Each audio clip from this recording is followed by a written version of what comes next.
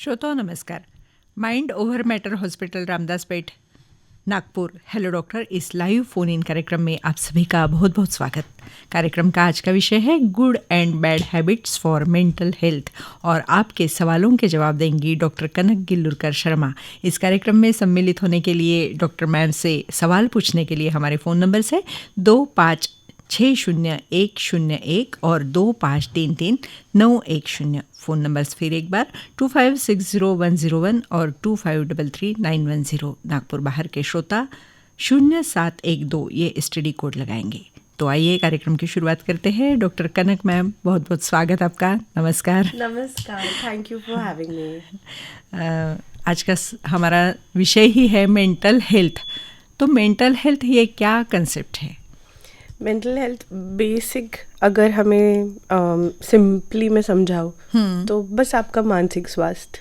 आपका मानसिक स्वास्थ्य अगर आप बेस लाइन एक ग्राफ पकड़ेंगे तो वो बेस लाइन ग्राफ के ऊपर कितना है और नीचे कितना है पिछले एक हफ्ते में, एक महीने में, एक साल में, अगर आप उसे एनालाइज करेंगे, समझेंगे, तो वो बताएगा कि आपकी मेंटल हेल्थ कितनी पानी के ऊपर है या कितनी नीचे है. तो हम ये ग्राफ कैसे बनाएंगे, उसके लिए हमने क्या कोशिश करनी चाहिए?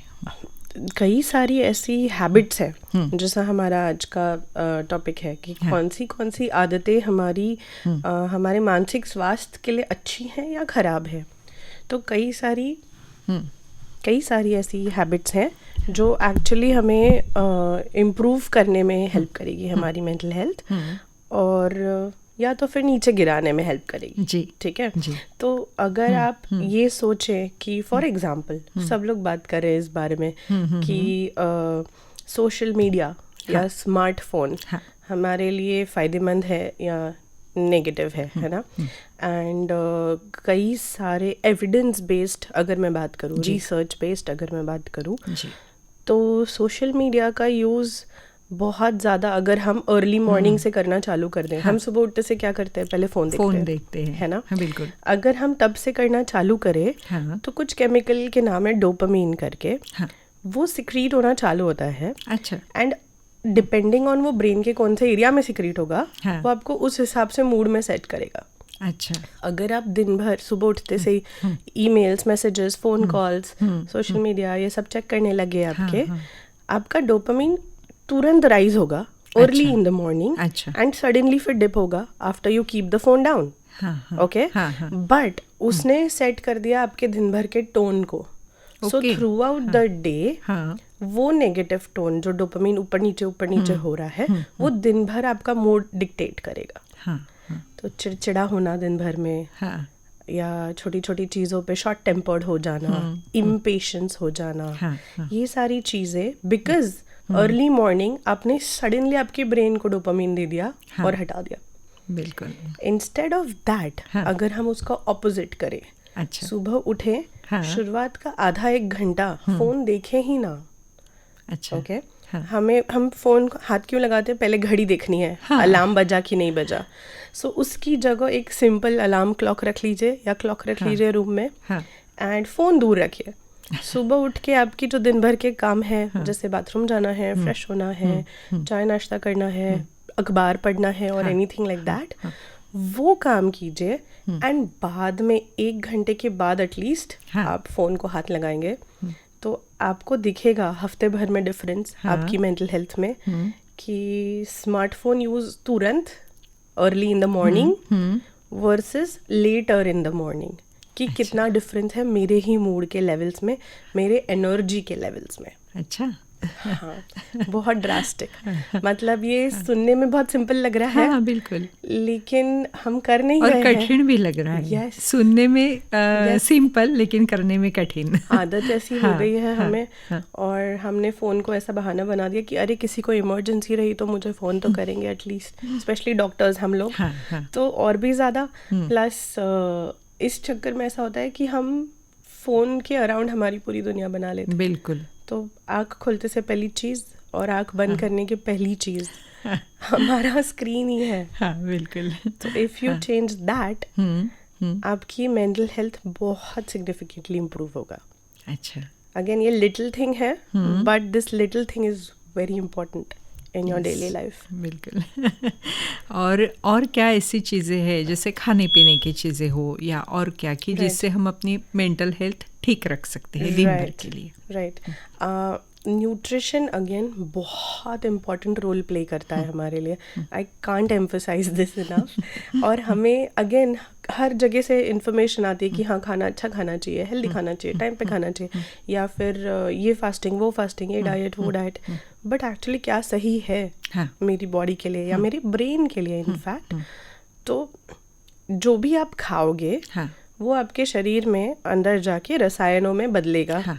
आपकी रोग प्रतिकारक शक्ति, आपके केमिकल्स, आपकी एंजाइम्स, इन सब चीज़ों में बदलेगा. तो अगर आप जंक खाओगे, मैदे की चीज़ें खाओगे या प्रोसेस्ड फूड्स जो हम आजकल खाते हैं, अगर ये सब आप ज़्यादा खाओगे तो उसमें न्यूट्रिएंट्स हैं ही नहीं जो बॉडी में जाके अच्छे केमिकल्स में कन्वर्ट होंगे. ओके.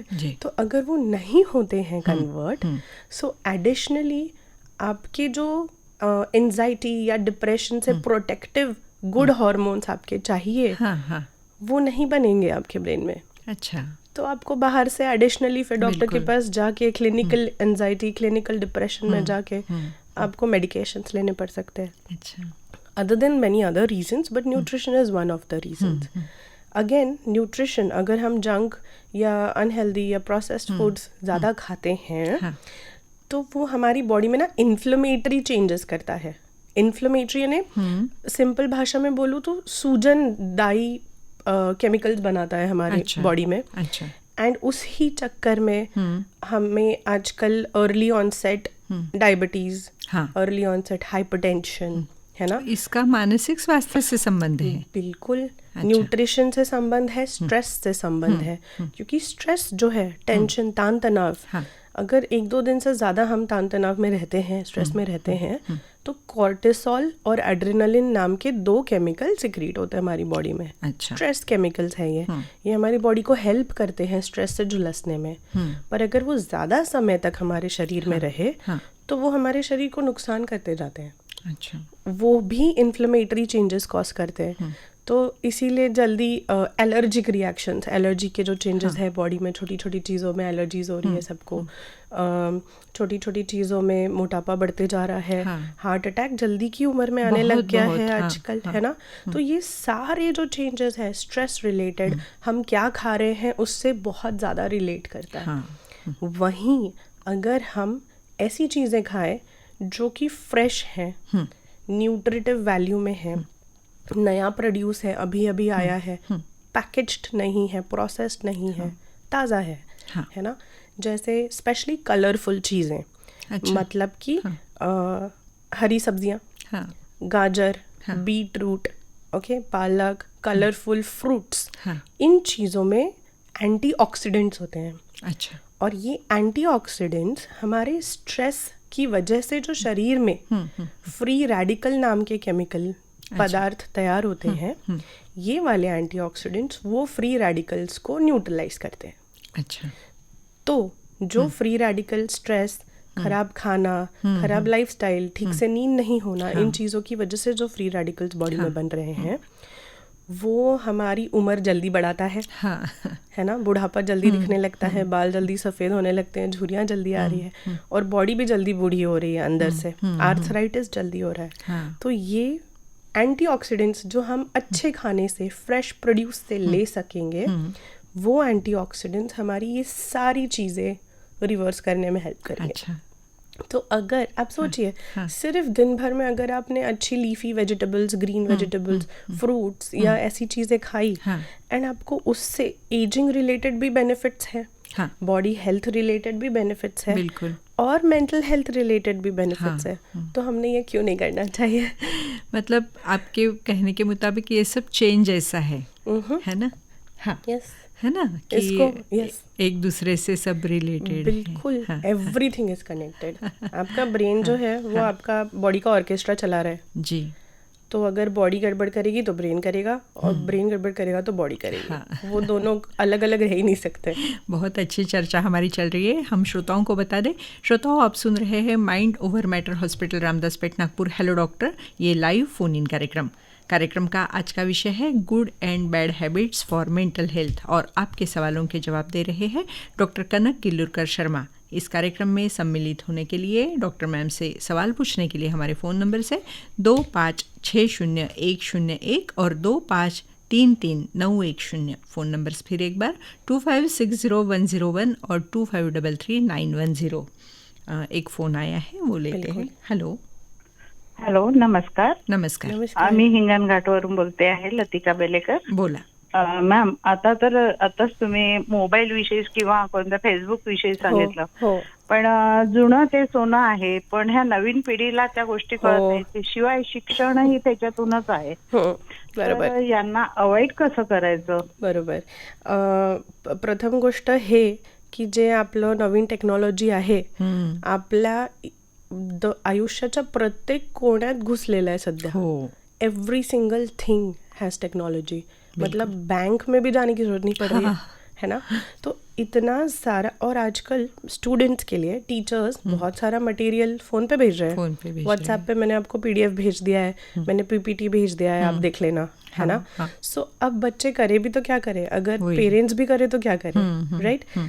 मेरी फर्स्ट रिक्वेस्ट है सारे एकेडमिक इंस्टीट्यूशंस से, कॉलेजेस, स्कूल्स से, कि जितना हो सके आपका स्टडी इन्फॉर्मेशन आप पेपर में, हार्ड कॉपी में या ऐसे किसी वे में बच्चों को प्रदान करें, रादर देन फ़ोन पे एंड बाकी जगह इन्फॉर्मेशन भेजना.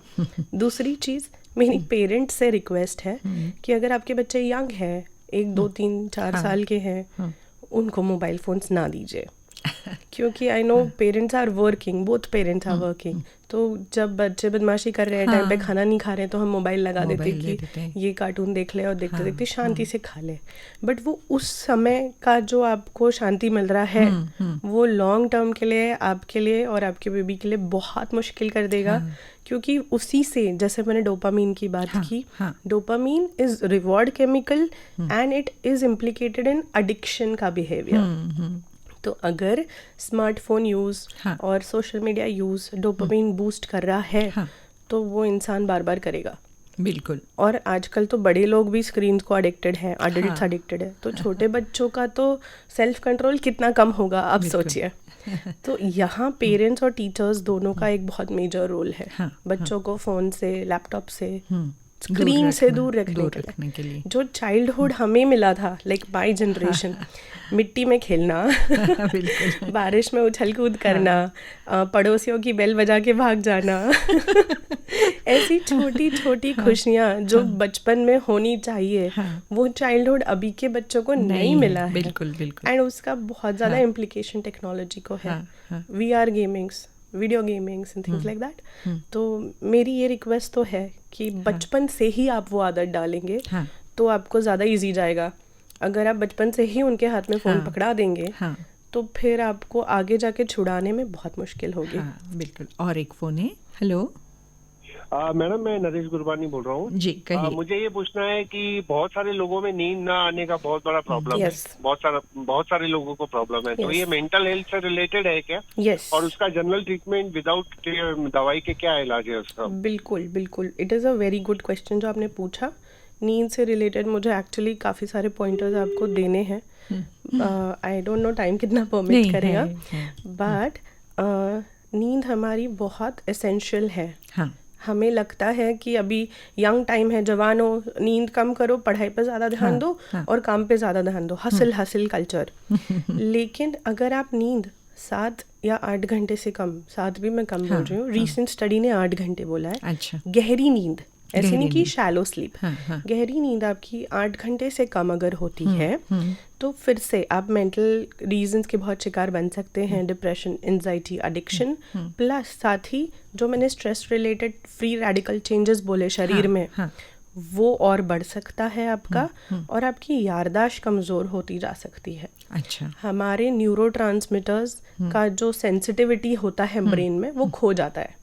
अच्छा। तो आपका ब्रेन कितना भी सेरोटोनिन बनाता रहेगा लेकिन वो ही सेंसिटिव नहीं रहा because of lack of sleep, है ना। तो नींद कैसे इम्प्रूव की जाए ये तो आप समझ गए कि ज़रूरी है बहुत, आप उसको छोड़ नहीं सकते। और स्टूडेंट्स तो बिल्कुल नहीं छोड़ सकते क्योंकि मेमोरी पे भी इम्पैक्ट करता है। बट ठीक कैसे करें? सबसे पहली चीज़, सोने के 2 घंटा पहले, ओके, 2 घंटा पहले से मोबाइल, लैपटॉप, टीवी दूर कर दो। 2 घंटे पहले? यस, साइंस 2 घंटा बोलता है, बट मैं अगर आपको रियलिटी बेसिस बोलूँ तो चलो एटलीस्ट 1 घंटा तो ट्राई कर लो आप, लेकिन एटलीस्ट डू दैट, क्योंकि ये सारी चीज़ें जो लाइट एमिट करता है वो हमारे ब्रेन को अलर्ट करता है। अच्छा। हमारा ब्रेन रिलैक्स नहीं होता। और दूसरा मेलाटोनिन करके एक केमिकल है जो हमारे ब्रेन में अंधेरे में बनता है, एकदम डार्कनेस में। अगर हम थोड़ी देर भी स्क्रीन का लाइट ऑन रहे, या कुछ लोग की आदत है कि एक छोटा लाइट ऑन करके सोते हैं, मेलाटोनिन नहीं सिक्रीट होता फिर ब्रेन में। और मेलाटोनिन का काम है आपको सुलाने में हेल्प करना। जो सूरज बोलते हैं ना, सूरज उठता है और जब डूबता है उसके साथ ये हमारा साइकिल शुरू होता है बॉडी का। तो वो अंधेरा जो जरूरी है आपकी नींद के लिए, अच्छी नींद के लिए, यस, उसको आप कैसे इम्पैक्ट में ला सकते हो, आप ये सोचिए। स्क्रीन्स दूर रखिए। खाना और सोना तुरंत नहीं होना चाहिए। मतलब अगर आपने खाना खा लिया तो कई बार हम ऐसे बैठ जाते हैं एक जगह पे खाना खाने के बाद, रिलैक्स हो जाते हैं। वो थोड़ा होता भी है क्योंकि दिन भर का जो हमारा आजकल का वर्क शेड्यूल है, इतना थक जाता है आदमी की खाने के बाद वैसे ही थोड़ा। लेकिन वो अगेन उस समय की रिलैक्सेशन लॉन्ग टर्म में आपकी बॉडी को डैमेज कर रहा है। अच्छा। सोने के खाने के बाद आपने वॉकिंग, लाइट वॉकिंग, थोड़ी सी मूवमेंट नेसेसरी है। अच्छा। 2 घंटे बाद लेट नहीं जाना है। अच्छा, मतलब हम अगर 10 बजे सोने का हमारा है तो हमने 8 बजे खाना खाना चाहिए। Right, yes. ये 2 चीज़ें हैं। थर्ड थिंग मेरे लिए एक रिक्वेस्ट आपको ये है कि दोपहर को नैप्स नहीं लेना है। अच्छा। बिल्कुल नहीं लेना है unless you are a heavy worker. अगर आपका बॉडी का बहुत फिजिकल हैवी वर्क हो रहा है या कुछ, या आप स्टूडेंट हो तो आप पावर नैप्स ले सकते हो 10 मिनट से कम। लेकिन दोपहर को अगर हमने नैप्स ली तो जो मैंने फ्री रेडिकल्स की बात की थी जो स्ट्रेस में बनते हैं, वो फ्री रेडिकल्स बनना शुरू हो जाते हैं। Afternoon nap is not good for you. वो और टॉक्सिफाई करता है बॉडी को। एंड उधर आपकी नींद कंप्लीट हो गई तो रात को और लेट नहीं। हाँ, बिल्कुल। फिर आपको दवाई का जरूरत पड़ेगा। एक फोन लेते हैं। yes. हेलो। हाँ, बोलो मैडम। नमस्कार। नमस्कार, बोला। मैं बात कर रही हूँ कल्पना। जी, मुझे सर से सवाल, मुझे मैडम से एक सवाल पूछना था। हाँ, पूछिए। कि कोई सवेरे जैसे मुझे कोई बीपी का ये नहीं है, प्रॉब्लम नहीं है, थायराइड कोई बीमारी नहीं है, लेकिन मेरे हाथ कांपते हैं, तो ये क्या मेंटल हेल्थ से रिलेटेड है? हाथ कांपना एक्चुअली कई सारी चीज़ों के लक्षण में आता है। तो मेरी एडवाइस ये है कि आप किसी भी एक आपके फैमिली फिजिशियन, जनरल फिजिशियन, या अगर साइकियाट्रिस्ट, एनीबॉडी जो होलिस्टिकली आपको अप्रोच करेगा, आप उनको विजिट कीजिए। ये कई सिंपली अगर देखा जाए तो एसेंशियल ट्रेमर्स करके कुछ होता है जो नॉर्मल है। एसेंशियली कुछ लोगों में होता है, वो आपकी दिनचर्या में हर्डल नहीं करता, गड़बड़ नहीं करता। कभी कभी स्ट्रेस या एंजाइटी रिलेटेड भी ट्रेमर्स हो सकते हैं। अच्छा। और कभी कभी ट्रेमर्स अर्ली वार्निंग साइन हो सकते हैं कोई और डीप अंडरलाइंग कंडीशन का, न्यूरोलॉजिकल कंडीशन या मस्कुलर कंडीशन का। इसीलिए आप अगर आपके डॉक्टर को विजिट करेंगे तो वो ज़्यादा बेटर होगा कि वो हर एक तरीके से रूल आउट कर पाएंगे कि आपका ट्रेमर्स किस वजह से है, या सिर्फ साधा नॉर्मल एसेंशियल ट्रेमर्स है, बिनाइन है, and it is nothing to worry about. अच्छा, तो हम अपने दिनचर्या में किस तरह बदलाव कर सकते हैं मैम? किस चीज़ के रिलेटेड? इसी से, जैसे ये जो तनाव, कुछ एंजाइटी हो सकती है, वो ना हो। राइट। सो दिनचर्या में अगर आप चेंजेस करना चाहेंगे, पहली चीज़ सोने का और उठने का टाइम आप फिक्स कर लो कि इतने बजे मैं लेटूंगा, बेड पे लेट जाऊंगा, नींद नहीं आई तो भी, और इतने बजे मैंने उठना ही है, कितना भी नींद आए मैं उठ जाऊंगा। ओके, कुछ समय तक आप ये करोगे तो ऑटोमेटिकली साइकिल नॉर्मल पे आ जाएगा। दूसरी चीज़ ये कि 8 घंटे आप रखिए ही आपके पास सोने के लिए, रखिए ही। Okay. And the third thing जो आप दिनचर्या में नॉर्मली कर सकते हैं, ऑलरेडी मैंने 2-3 चीज़ें तो बता दी है, बट एडिशनली एक चीज़ मैं आपको बोलना चाहूँगी, वो है सेल्फ रिफ्लेक्शन। सेल्फ रिफ्लेक्शन का मतलब ये है कि दिन भर में बीच बीच में कुछ पल निकाल लो, 1 मिनट 2 मिनट, और बस खुद पे रिफ्लेक्ट करो कि आज मेरा मूड कैसा है, आज मैंने बर्ताव कैसा किया, आज मैंने बच्चों से बात कैसे की, आज मैंने मेरे बॉस से कैसे बात की, आज मैं क्या कर सकती हूँ जिससे मेरा बाकी का दिन अच्छा जाए, अच्छा जाए। आज मैं क्या कर सकती हूँ जिससे छोटी सी कोई चीज़ जिससे मुझे खुशी मिले। ओके। बेसिकली ये जो सेल्फ रिफ्लेक्शन के मोमेंट्स है, ये दिन भर में 3-4 जगह आप घुसा लीजिए। जैसे नहाते नहाते डाल दिया कि आज मैंने नहाते नहाते दिन सेट कर लिया कि आज मैं प्रोडक्टिव फील करना चाहती हूँ, तो दिन भर मेरे एक्शंस उसके साथ अलाइन हो जाएंगे, है ना। अगर मैं नहाते नहाते सोचूंगी मेरे को बैंक जाना है, मुझे ये भी करना है, फिर मेरे पति को बिल भरने बोला था, उसने पक्का नहीं भरा होगा, फिर ये भी नहीं किया होगा, बाई तो आने ही नहीं वाली है, ये सारी चीज़ें हम सुबह सुबह चालू कर देते हैं, तो हमारा दिन वैसा ही जाता है एज यू प्लान। सो अगर सुबह के समय आपने रेट्रोस्पेक्ट इंट्रोस्पेक्ट कर लिया कि आज का मेरा ये फीलिंग स्टेट होना चाहिए, आज मैं खुश महसूस करना चाहती हूँ, तो दिन भर में अगर रास्ते पे भी रोड रेज वाला ट्रैफिक आएगा तो भी क्योंकि आपने एजेंडा सेट किया है कि मैं खुश महसूस करना चाहती हूँ, आपका ब्रेन याद दिलाएगा चल छोड़ जाने दे, इसको मुझसे ज़्यादा जल्दी होगी इसलिए मैं इसको जाने देता हूँ, ऐसा। सो सेल्फ रिफ्लेक्शन के मोमेंट्स सुबह, दोपहर में, और एक बार रात को अगर आपने कर लिया सोने के पहले, आप लेट गए हो और आप सोच रहे हो कि आज दिन मेरा कैसा था, आज मैंने किससे कैसे बात की, क्या गुस्से में की, क्या ओवर रिएक्ट किया, क्या प्यार से बात की, आज मैंने खुद से कैसे बात की, ओके। ये सारी चीज़ें वो बहुत इम्पैक्ट करेगा आपको आगे की लाइफ में। और एक फोन है। बिल्कुल। हेलो। हेलो। हाँ बोला। Good morning ma'am. Good morning ma'am, मुझे ये पूछना है कि मेरी मम्मी 60+ है, तो उनको ना नींद की गोली लेने की आदत सी हो गई है, तो मुझे कि बिना गोली की नींद आती ही नहीं है, तो मैम क्या करे कि उनकी वो गोली छूट जाए। अगर गोली की आदत हो चुकी है तो आई सजेस्ट उनकी आदत छुड़ाने के लिए पहले आप एक साइकियाट्रिस्ट को मिलिए, एंड वो उस हिसाब से आपको पूरा ट्रेन करेंगे कि आपको क्या करना है और आपकी मम्मी को क्या करना है उस चीज़ के लिए। सेकंड मेरा सजेशन ये है कि क्योंकि आपने कहा 60 साल के हो गए हैं, सो आई एम प्रिटी श्योर कि वो रिटायर्ड होंगे या ज़्यादा घर में दिन भर में कंट्रीब्यूट नहीं कर रहे होंगे। सो उस एज में ऐसा होता है कि जेरियाट्रिकली हम डिप्रेशन की तरफ जाने लगते हैं। सो हो सकता है कि उन्हें नींद नहीं आने का कारण एक्चुअली कुछ और है। So if you visit a psychiatrist you can address कि कहीं उन्हें ऐसा तो नहीं लग रहा है कि अभी मेरा लाइफ किसी काम का नहीं है, अभी मैं किसी के हेल्प नहीं कर पा रही हूँ, किसी के लिए मैं वर्दी नहीं हूँ, एंड थिंग्स लाइक दैट। क्या रीज़न है एग्जैक्टली? क्योंकि कई बार इंसोम्निया जो हम बोलते हैं, नींद नहीं आना, उसे इंसोम्निया बोलते हैं। कई बार वो सेकेंडरी रीजन से ज़्यादा होता है, किसी और वजह से इंसोम्निया हो रहा है। ऐसा नहीं है कि नींद नहीं आ रहा है एक बीमारी है, वो लक्षण है किसी और चीज़ का। जैसे पीलिया होता है, पीलिया बीमारी नहीं है, पीलिया किसी और चीज़ का लक्षण है, वैसा। तो मेरा सजेशन ये है कि आप किसी साइकियाट्रिस्ट को ज़रूर मिलिए, एंड उसके आगे फिर कैसे डील करना है वो प्लान करें। बिल्कुल। एक और फोन है। Hello hello hello. हाँ बोला. मला नमस्कार. मला एक प्रश्न विचारायचा होता की मध्ये मी एक फेसबुकवर व्हिडिओ पाहिला होता की आपले जे पेल्विकल्स आणि मांड्या आणि पाय जे आहेत तर ते खूप जास्त असं स्ट्रेच असेल त्याच्यामध्ये, म्हणजे तर त्याचं एक कारण म्हणजे मानसिक तणाव हा पण असतं. तर हे असं असू शकतं का मॅडम?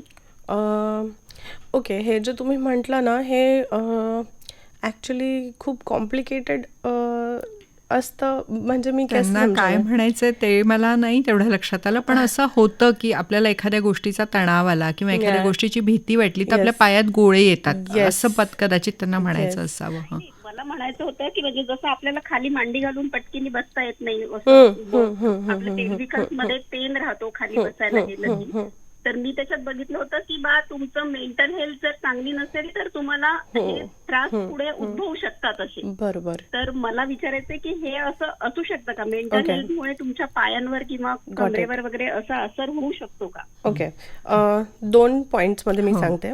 जर का खरंच पायात, गुडघ्यात दुसऱ्या काही बोन्स जॉईंट्समध्ये त्रास आहे तर आर्थरायटिसमुळे नक्की होतो प्रायमरीली. अँड आर्थरायटिसचे मग भरपूर रिझन्स आहेत. अच्छा.